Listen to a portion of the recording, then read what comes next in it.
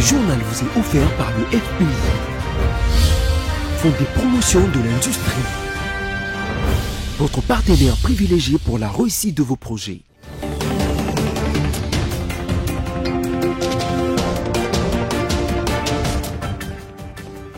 Bonsoir à tous et bienvenue dans ce journal consacré à la page rétrospective de la semaine dont voici les sommaires.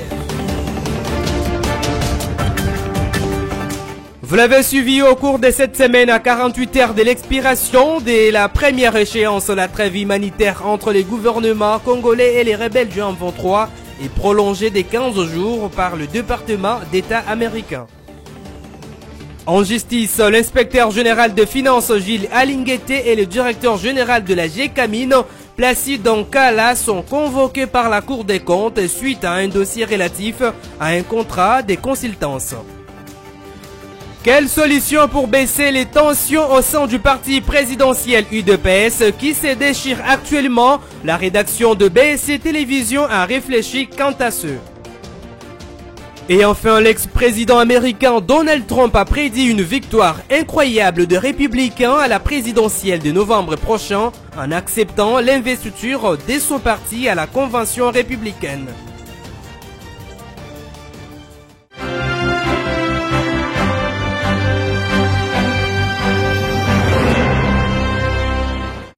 C'est lors d'une rencontre au Palais du Peuple avec le président du bureau d'âge du Sénat, Pascal Kindwelo, que les ministres de la Justice et garde de Sceaux lui a fait part de la situation. L'enquête dont il est question ici vise à fixer l'opinion sur ce dossier de détournement, mais également lutter contre la criminalité financière au sein des différentes institutions publiques, précise Constant Moutamba. Allons croire. Après les bruits qui couraient sur un présumé détournement des fonds du bureau sortant, il lui revient de droit d'assurer et rassurer le bureau provisoire des termes d'enquête qu'il a diligenté pour reprendre la lumière sur la photo qui a circulé où les anciens sénateurs avaient des briques d'argent sur la table. La police judiciaire des parquets a été rapidement instruite par le ministre de la Justice depuis le 6 juillet de diligenter une enquête judiciaire sur ce soupçon qui pèserait sur quelques membres de l'ancien bureau. Après l'accusation d'un sénateur honoraire sur le présumé détournement de 3 millions de dollars américains par le bureau provisoire, à travers son président Pascal Kindwelo, ce bureau avait réfuté toutes ces allégations de détournement de fonds au Sénat par le bureau d'âge et affirmé n'avoir trouvé aucun dollar dans les caisses, mais a par contre hérité jusqu'à 3 millions de dollars de dettes du bureau sortant.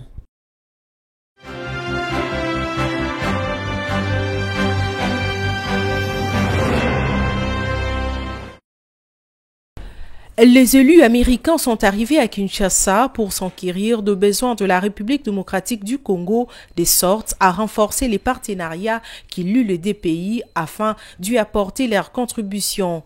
Au cours de cet échange, le président de la Chambre basse du Parlement, Vital Kamerhe, a brossé les grands défis que connaît actuellement la RDC. Concernant la question épineuse de l'insécurité à l'Est, Vital Kamerhe a réitéré la position de son pays et a par ailleurs insisté sur le fait qu'il n'y ait aucune solution paisible face à cette situation si le Rwanda et l'Ouganda gardaient encore leur armée sur le sol congolais.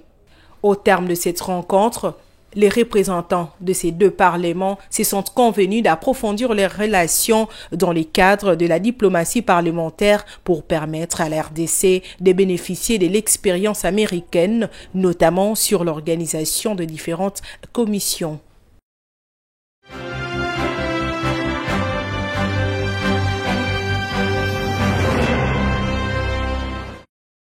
Les membres du gouvernement souminois seront à un séminaire de renforcement des capacités du 21 au 23 juillet 2024.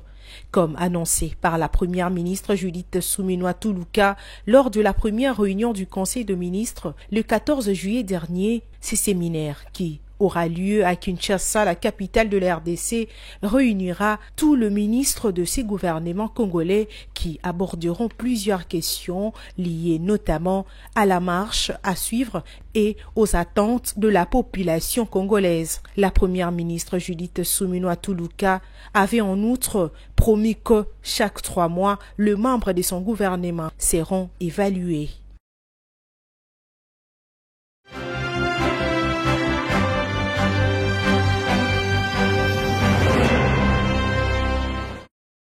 L'inspecteur général chef des services de l'inspection générale des finances IGF, Gilles Alingué-Tenkei, est mis en cause par le procureur général près la Cour des comptes. Le directeur général de l'entreprise du portefeuille de l'État général des carrières et de Gécamine, Placide Nkala, est aussi concerné par cette procédure.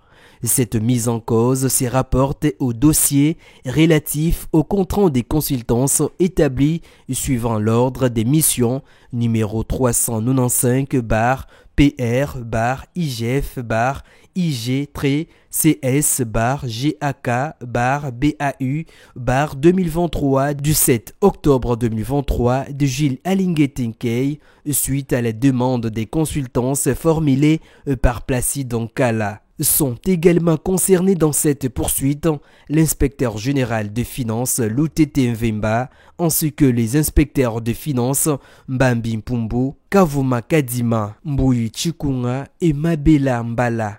Les contrats à l'origine de cette procédure a été conclu entre la Gécamine et l'inspection générale des finances en pleine mission dont la durée d'exécution fixée à 90 jours n'était pas encore écoulée. D'ores et déjà, des invitations aux fins d'audition ont été adressées à tous les précités.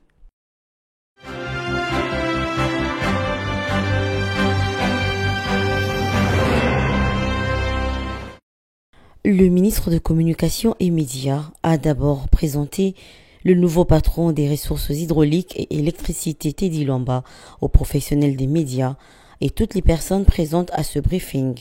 Il était question pour les deux autorités de faire un état des lieux de la situation en eau et en électricité. La question sur les perspectives a été aussi abordée. À en croire Teddy Luamba, le secteur dont il est le patron aujourd'hui est planifié selon le programme du gouvernement souminois et a évoqué les 4 points selon le plan du gouvernement. Le secteur de l'électricité n'a maï tokosala nyonso na confiance au chef de l'État a pesi biso pour que to bongisa otokoki ko bongisa. Tokotia ba effort na biso pour que etambola malamu peu moins changement et monana. Ce briefing presse s'est soldé par des questions-réponses des professionnels des médias, mais bien avant cela, Teddy Luamba affirme qu'une fois que toutes ces politiques seront mises en œuvre, la desserte en eau et électricité pourra davantage s'améliorer.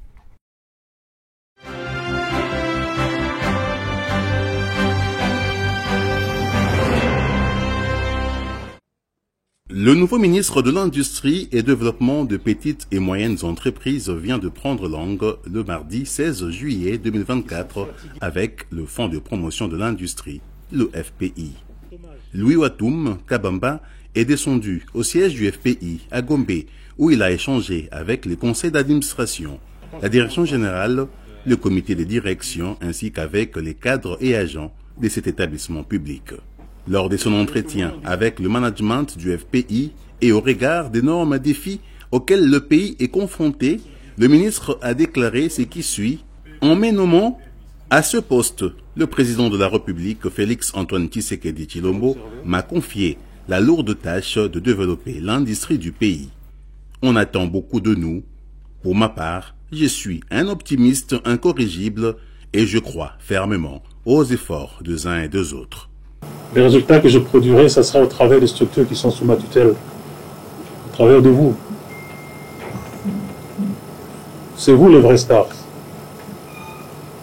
C'est vous qui connaissez les problèmes. Et je viens d'une école opérationnelle de 35 ans qui m'a appris une chose. Après tout, ceux qui vivent avec les problèmes tous les jours, généralement, ils ont 80% de la solution aussi. Ils l'ont. C'est peut-être les 20% qui manquent en termes de ressources, en termes de support, en termes de tout le reste que nous apportons. Et donc, je viens ici pour vous dire que je compte énormément sur vous. Nous pouvons tous être individuellement des personnes ordinaires, mais ensemble, nous pouvons accomplir des choses extraordinaires. Pourvu que chacun et chacune joue sa partition.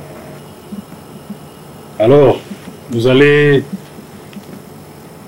oublier vos appartenances tribales, provinciales, politiques, religieuses. Si vous venez du monde des affaires, vous allez oublier tout ça pour consacrer 100% de votre temps. Pour cette population qui est à l'extérieur, c'est 100 millions de Congolais qui sont fatigués des attentes, qui sont fatigués des promesses non tenues, qui voient le pouvoir d'achat dégringoler, qui voient le taux d'échange au dollar qui va dans tous les sens, qui voient le chômage galopant. C'est ces solutions-là dont on a besoin, on veut des résultats. Alors, vous allez oublier vos appartenances tribales, provinciales, politiques, religieuses. Si vous venez du monde des affaires, vous allez oublier tout ça pour consacrer 100% de votre temps à produire ces résultats-là qui sont attendus.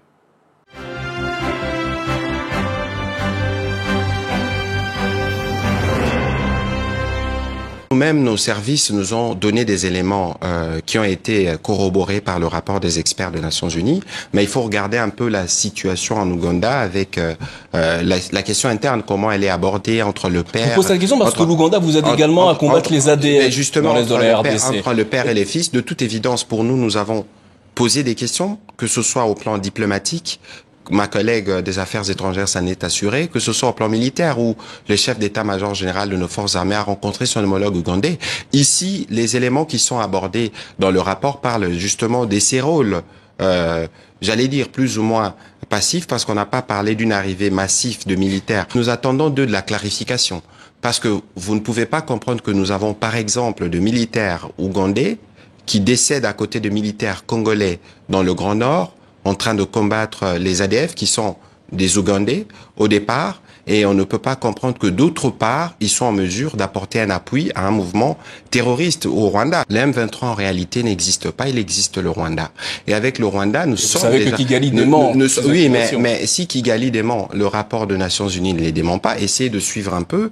Les discours de Kigali a évolué, ils savent, ils reconnaissent. Pourquoi dans la trêve humanitaire obtenue par les gouvernements américains, on parle du Rwanda, et on parle pas des six supplétifs. Donc ici, les mal est connu sur le Rwanda, c'est bien clair. Et nous, le cadre qui est prévu pour discuter de ces sujets, c'est Luanda, où nous avons une feuille de route depuis novembre 2022, où les tâches de chaque partie sont connues, où fort malheureusement, nous savons ceux qui viennent pas parce que les motivations sont ailleurs. Il faut continuer les processus de pillage dans l'Est de la RDC.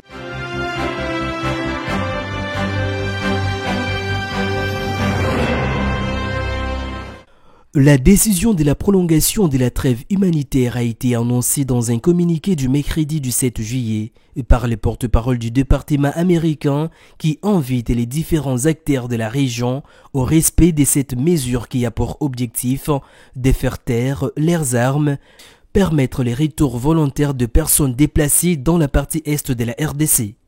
Car malgré les efforts diplomatiques consentis par plusieurs pays régionaux et occidentaux, les Rwandais ne cessent d'apporter son soutien militaire aux rebelles du M23 afin de renverser les régimes des Kinshasa.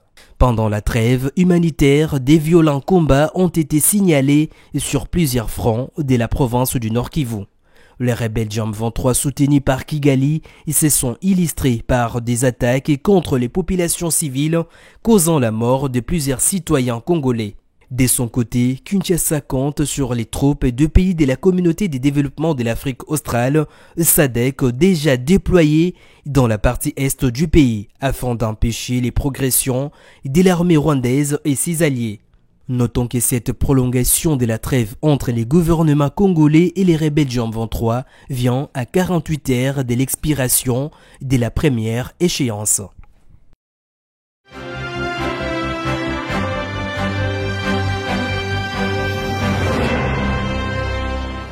C'est le 13 juillet 2024, un certain samedi, que le vice-premier ministre de l'Intérieur, Sécurité, Désenclavement et Affaires coutumières, Jacquemain Chabani, avait entamé sa mission d'itinérance dans la province du Nord Kivu. Dans la ville de Goma, le VPM a échangé avec le gouverneur de province ainsi que quelques membres du comité provincial de sécurité. Tout juste après, Jacquemain Chabani a quitté le chef-lieu du Nord Kivu pour la ville de Beni, mais aussi à Butembo où il a accordé plusieurs audiences. Dans cette province, plusieurs cas de tuerie sont enregistrés depuis le début de la semaine passée. Cependant, le VPM a promis de redynamiser les actions de sécurisation dans cette partie du pays.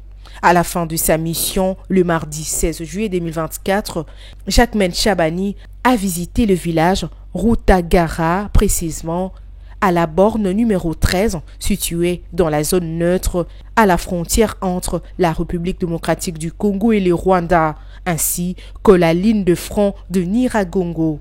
C'est par là que le VPM a bouclé sa mission et a regagné Kinshasa, la capitale de la RDC.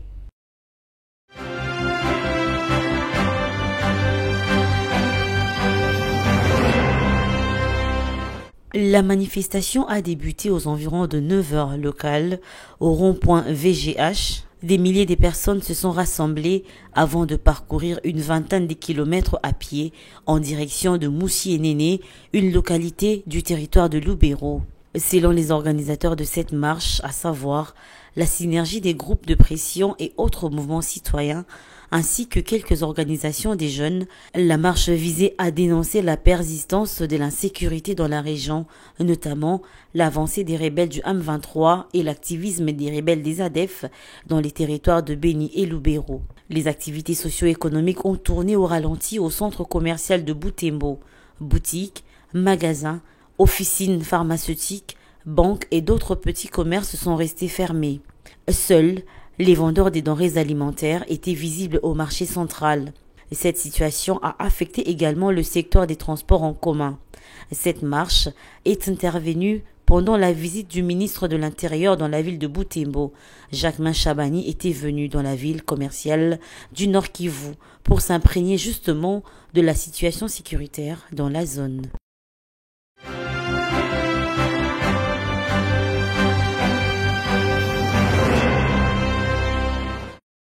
Accusés de manque de démocratie, les clientélismes, l'apologie de la corruption et la mauvaise gestion, le secrétaire général de l'IDPS, Augustin Kabouya, perd de plus en plus la confiance de plusieurs cadres du parti. Est-ce que Kabouya détruit vraiment ses partis, comme nous le fait savoir les secrétaires nationaux et tous les fondateurs du parti qui d'ailleurs lui donne 48 heures pour présenter officiellement sa démission?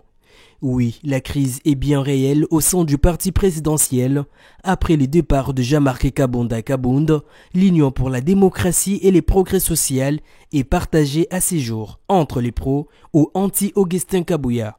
La tourmente est telle que le cadre s'exprime ces derniers jours, soit par lettres publiques ou conférences de presse pour soutenir ou désavouer l'autorité du parti. À ce stade, la seule question à se poser est de savoir comment faire pour éteindre le fait qui risque de causer plus de dégâts au sein de la famille politique de Félix Tshisekedi. Pour rappel, l'ego de ces vives tensions a été donné par Eteni Longondo, député national et ancien secrétaire général adjoint du parti. Ces mouvements s'est répandu à l'intérieur tout comme à l'extérieur du pays.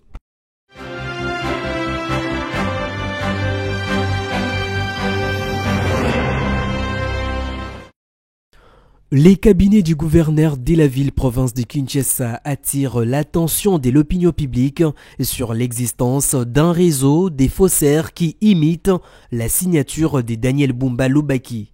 L'un de ces réseaux a déjà été dénoncé par l'ambassade d'Allemagne. Les cabinets a également déclaré qu'ils se réservent les droits de traduire en justice tous les faussaires impliqués dans cette affaire. Les documents en question qui circulent actuellement sur les réseaux sociaux est une prétendue lettre adressée au directeur général des First Bank du RC SA à Kinshasa Gombe. Dans ces documents, il est demandé un financement de 200 millions de dollars américains pour la réalisation des divers projets dans la ville de Kinshasa. Ces projets incluent l'opération coup des poings, assainissement, toujours dans les documents prévus pour une durée de 2 mois, les plans des transformations numériques de la ville, les travaux de construction et d'entretien de la voirie urbaine, ainsi que l'aménagement et ou la construction de parkings. Notons que les cabinets du gouverneur appellent à la vigilance et à la vérification de toute information circulant sur les réseaux sociaux concernant des documents officiels.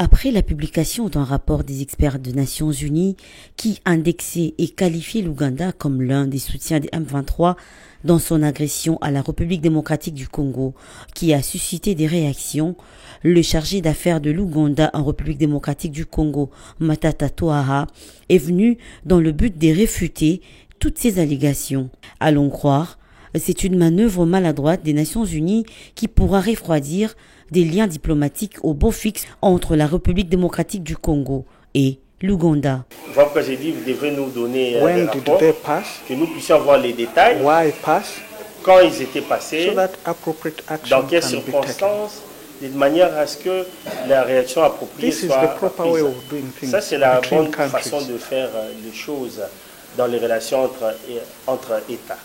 Le chargé d'affaires insiste sur le partenariat de son pays et celui de Félix Tshisekedi dans la pacification de sa partie Est dans une opération dénommée Chuja et ne peut en aucun cas soutenir un quelconque mouvement rebelle actif sur le sol congolais. Well, it remains an allegation. Why would we support M23? Il reste une allégation. Pourquoi devrions-nous soutenir M23? Our position has been clear. Notre position a été claire. That in this East African community, et au sein de la communauté de l'Afrique de l'Est, work together. Nous devons travailler ensemble to flash all the negative pour forces éliminer toutes les forces négatives qui nous perturbent. That's why we are working together voilà with the DRC. Nous travaillons ensemble avec la RDC dans le cadre de l'opération de mutualisation Chuja. C'est même cela le principe qui guide nos relations. Nous ne pouvons pas d'une part travailler ensemble dans le cadre de l'opération Chuja et puis de l'autre part travailler sur le dos de la RDC. Ça ne se passe pas ainsi. Il faut noter que cette républication est intervenue alors que le gouvernement ougandais n'a pas été officiellement saisi sur la dite question.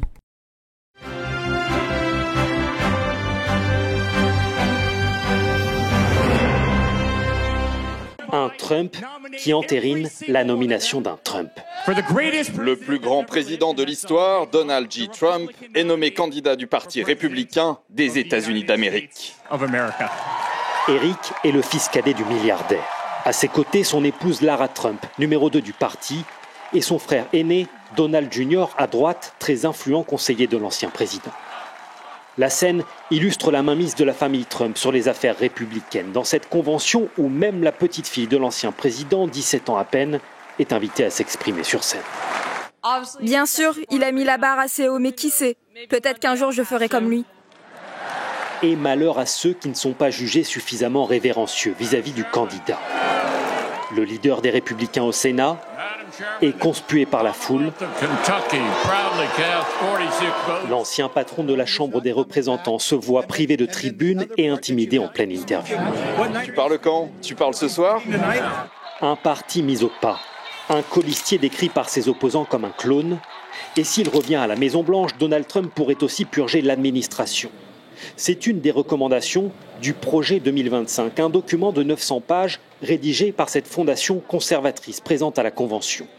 Elle prévoit de renforcer le pouvoir présidentiel et de remplacer 50 000 fonctionnaires par des fidèles de Donald Trump.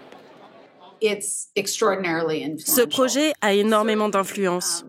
Officiellement, Donald Trump dit ne pas s'y intéresser. Mais ce projet n'est pas un galop d'essai. C'est le projet de Donald Trump pour un nouveau mandat. Le projet est d'ailleurs bel et bien porté par d'anciens membres de son équipe présidentielle. Ces journal touche à sa fin, mais avant tout les rappels des principaux titres.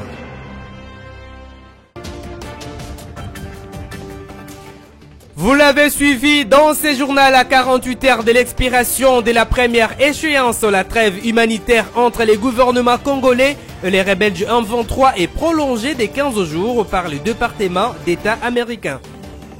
Et en justice, l'inspecteur général de finances Gilles Alinguete et le directeur général de la GECAMINE Placide Nkala sont convoqués par la Cour des comptes suite à un dossier relatif à un contrat de consultance. Quelle solution pour baisser les tensions au sein du parti présidentiel UDPS qui se déchire actuellement? Vous avez suivi dans ces journaux une réflexion quant à ces.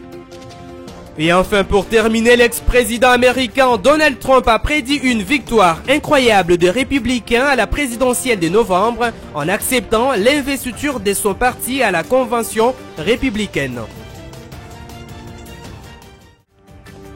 Mesdames, Messieurs, ce journal consacré à la page rétrospective de la semaine est complètement terminé. Merci de nous avoir suivis.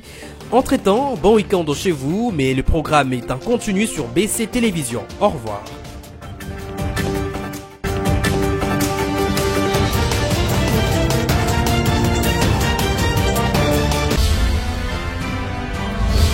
Ce journal vous a été offert par le FPI, Fonds de promotion de l'industrie, votre partenaire privilégié pour la réussite de vos projets.